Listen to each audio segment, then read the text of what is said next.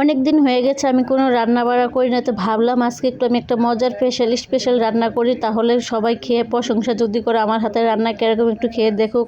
সবাই তো আর রান্নার প্রশংসা করে, আমার রান্না কীরকম হয় একটু দেখি প্রশংসা কি করে নাকি। হ্যালো এভরিওয়ান, কী অবস্থা? আশা করি সবাই ভালো আছেন, আমিও ভালো আছি। আজকে আমি বাটা মাছ দিয়ে পেঁয়াজ দিয়ে ভাজি করবো, সেটা আপনাদের সাথে শেয়ার করব কীভাবে আমি এই রান্নাটা করি। এই রান্নাটা আমার খুবই পছন্দ। প্রথমে মাছগুলো ভালো করে ফ্রিজেতে নামিয়ে ভালো করে ধুয়ে নিয়েছি, ক্লিন করে ভালো করে ধুয়ে নিয়েছি, নিয়ে এখন হলুদ গুঁড়ো, মরিচ গুঁড়ো, লবণ পরিমাণ মতো যা যা আছে সব কিছু দিয়ে দিচ্ছি। আর আগেই থেকে চুলাটা জ্বালিয়ে কড়াইটা তেল বসে তেলটা গরম করে নিচ্ছি। এখানে মাছগুলো এখানে ভালো করে মেখে তারপরে দিয়ে দিলাম। এই বাটা মাছগুলো খেতে খুবই মজা হয়। সেদিন আমার বোনের যাবেন রাত্রে 11টা দিনে মাছগুলো আনছিল, পরে আমি আমার বোনে সবগুলো মাছ কুটাকুটি করছি। সব কিছু ভিডিও শেয়ার করা হয় না, যেহেতু রাত্রে করা হয় সব কিছু। যে তার মাছ ভাজা ফাঁকে এদিক দিয়ে আমি আবার বেসিনে হাঁড়ি পাতিলগুলো ধুইতেছি, থালা বাসনগুলো পড়ে রয়েছে, পোলাপান খেয়ে দিয়ে সবগুলো এলোমেলো করে ফালিয়ে দিতে আমার বোনের যেহেতু কষ্ট হয়ে যায় সব কিছু করতে একা একা। তারপর আমি ভাবলাম যে দিক দিয়ে আমি রান্না করে আর হাঁড়ি পাতিলগুলো থালাবাটিগুলো ধুয়ে ফেলাই।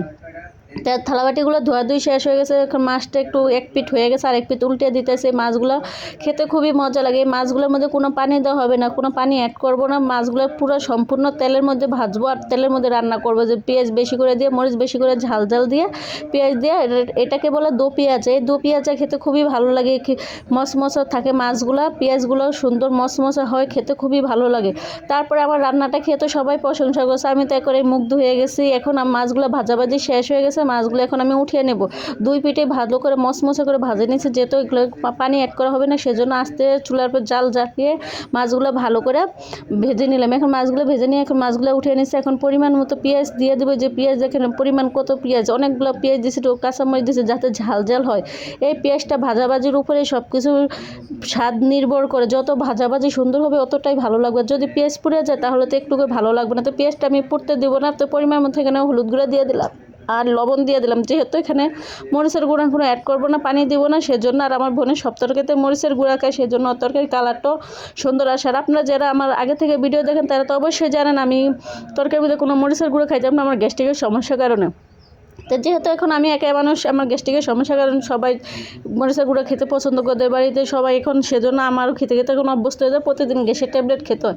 এই যে দেখেন এখন পেঁয়াজগুলো ভাজাভাজি হয়ে গেছে, এরকম অবস্থায় থাকবে। পেঁয়াজগুলো লালও হবে না, পুরোও যাবে না, সবসময় এরকম সুন্দর একটা কালার নিয়ে থাকবে। তো এখন কথা বলতে তরকারিটা প্রায় রান্না করা হয়ে গেছে। যে মাছগুলো দিয়ে এখন উল্টে পাল্টে এখন নামিয়ে নিতে আসছে, দেখেন কত সুন্দর হয়েছে, তাই না? যে জিনিসটা দেখতেও সুন্দর লাগে খেতেও খুবই ভালো লাগে। সবাই তো খেয়ে এক কথায় অনেক প্রশংসা করছে, যে বলতেছে তুই এত সুন্দর কীভাবে রান্না করেছে। আমি তো নিজে খুবই গর্ববোধ মনে করতেছি, গর্ববোধ মনে করতেছে যে এখন দেখেন পরিবেশন করবো, কত সুন্দর করে রান্না বাড়া হয়ে গেছে। এখন প্লেটের মধ্যে একটু সাজিয়ে নিবে, পরিবেশন করে একটু লেবু আছে লেবুটা দিয়ে ভালো করে একটু সাজিয়ে নেবো। আজকে ভিডিওটা এই পর্যন্ত, আল্লাহ হাফেজ।